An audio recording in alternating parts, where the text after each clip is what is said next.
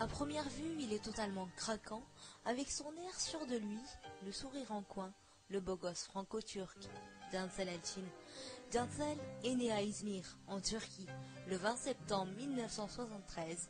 À l'âge de 10 ans, il émigre avec toute sa famille en France. Cet artiste a toujours rêvé de faire une carrière cinématographique, mais ses parents souhaitaient qu'il poursuive ses études. Donc notre jeune homme, vis-à-vis du respect qu'il a envers ses parents, a continué ses études et finit par obtenir son diplôme d'économie et sociale. Par la suite, il s'inscrit à l'une des écoles les plus prestigieuses de théâtre, École Florent, où il poursuivra des cours pendant 3 ans. Ainsi, il fera quelques apparitions sur les écrans français pour quelques publicités, notamment pour France Télécom. Cependant, notre acteur s'intéresse aussi au métier de réalisateur et pour cause, il réalisera un court-métrage, Papillon, en partie avec son meilleur ami, Emmanuel Vey. Ses rôles sur les écrans de télévision. 2006 fut un tournant pour sa carrière, Les ailes brisées, où une réalisatrice du nom de Tomris Giritleoğlu lui propose de jouer le rôle de Cemal dans Kırık Kanatlar. Ce rôle fut un succès en Turquie. C'est alors qu'on découvre un nouveau visage, un nouvel artiste. Il quittera prématurément la série en brisant quelques cœurs au passage à la mort de Cemal, car Tomris Giritleoğlu lui propose une autre opportunité, incarner le rôle de Ahmet dans Hatırla Sevgili. 2006-2008, la Turquie est sous le charme de Ahmet et de Yasemin, mais aussi touchée par leur belle histoire d'amour. C'est alors que la Turquie découvre de grands acteurs et actrices. 2010-2011, notre artiste fera une interprétation virtueuse de Murat Hoca dans la série Gönül Çelen. Il interprétera avec merveille le rôle d'un professeur de musique, un pianiste, en partenariat avec l'une des plus belles actrices turques, Tuğba Büyüküstün. Cancel a joué avec les plus belles et les plus grandes actrices, Beren Saat, Tuğba Büyüküstün et plein d'autres. Cet homme nous a marqués par son interprétation, en Turquie mais également au-delà des frontières, car ses fans sont de tous les horizons internationaux. Nous avons un homme généreux, il nous l'a démontré par sa simplicité, son accessibilité avec ses fans. Par ailleurs, il soutient l'association Türkiye Tohum Otizm Vakfı. Merci Cancel. Alors, si vous aussi vous souhaitez savoir davantage sur cette interview que nous avons réalisée sur Radio Mythe, rendez-vous à ne pas manquer le 18 et le 19 février à 19h30 sur Radio Mythe.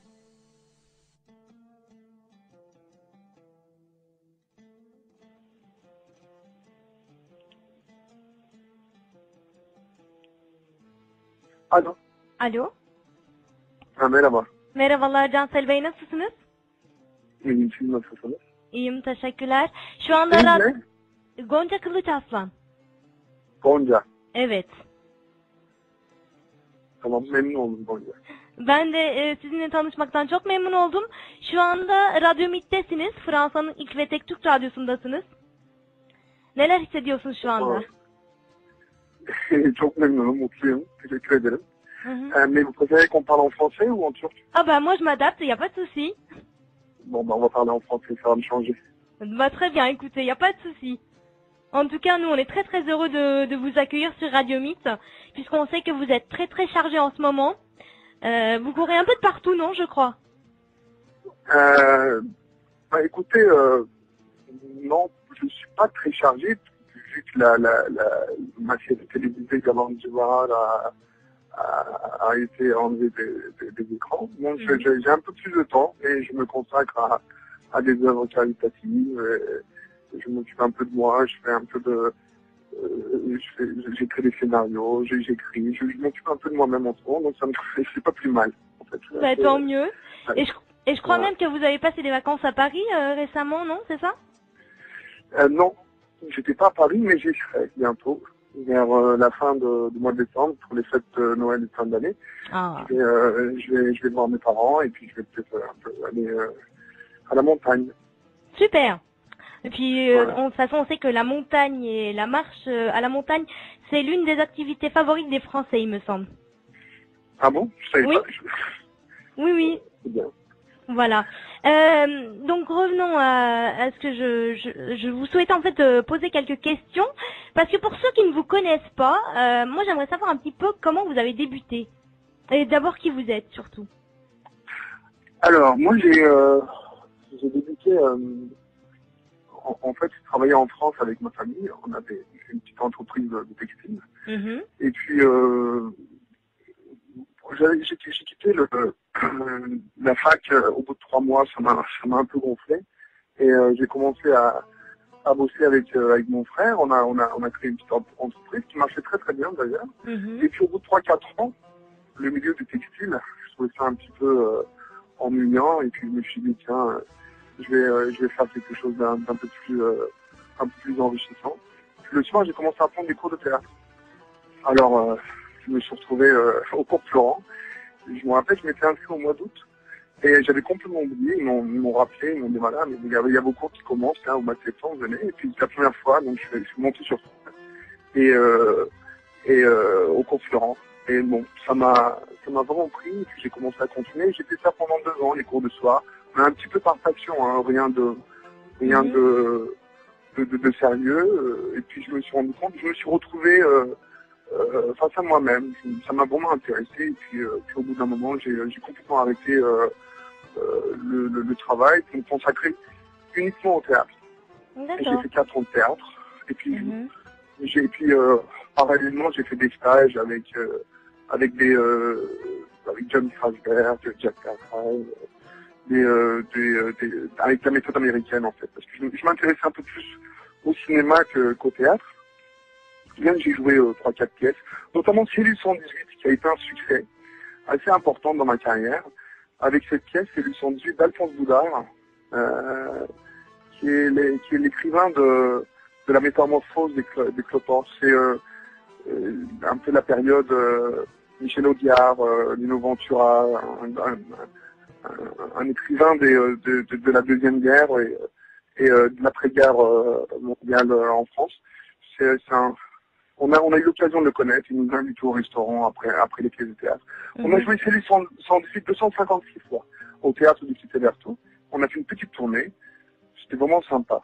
Moi, ça m'a permis de me faire connaître auprès des directeurs de casting en France, qui m'ont ensuite envoyé sur des castings de pubs, de séries télévisées, voilà.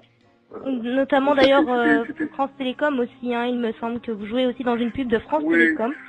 Une petite pub, mais puis, ça, c'est des pubs que j'ai joué dans La Crime, Avocat et Associé, non, pas Avocat Associé, vraiment. Navarro, enfin des séries qu'on voit sur France 2, c'est ça. Exactement. Après, j'ai fait des petits longs, notamment, voilà, c'est sympa, dans l'équilibre de la terreur, un film indépendant français qui est pas mal d'ailleurs, j'aime bien. Et moi, allez-y. Et puis après, j'ai été contacté par la Turquie et par Thomas Kılıçdaroğlu qui m'a proposé la série télévision en Turquie.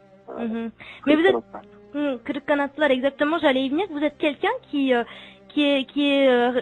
notamment très intéressé par l'histoire, parce que Kırık Kanatlar, ça fait aussi partie de notre histoire.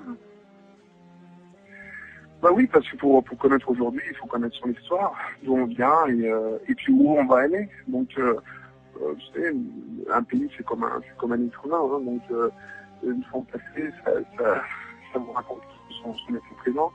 Et moi je trouve que par exemple la France a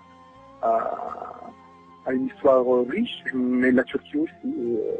Et je trouve que par exemple l'histoire de la Turquie jusqu'à la mort d'Atatürk, on la connaît assez bien, elle est inscrite dans les écoles. Mais après 1938, on a très peu de connaissances sur la Turquie, où c'est un peu une histoire qu'on n'a pas envie de connaître, ou qui reste un petit peu qui dérange, mais qui est quand même un peu qu'on raconte pas trop l'histoire récente de la Turquie, notamment les trois coups d'État qu'on a connus. Et ça m'a permis par exemple la télévision, je trouve que ça a aidé un petit peu aux Turcs de mieux connaître son histoire avec Hatırla Sevgili, par exemple, qui a été une série qui racontait les 3 coups d'État de 1960, 70 et 80. Moi, j'étais super content d'être dans ce projet parce que j'adore l'histoire de la Turquie, Adnan Menderes, Denis Gizmiş, toute cette époque-là qui est enfuie et ça nous a permis de... Par exemple, après cette série télévisée, les jeunes ont commencé à acheter des bouquins, ont commencé à s'intéresser à l'histoire de la Turquie.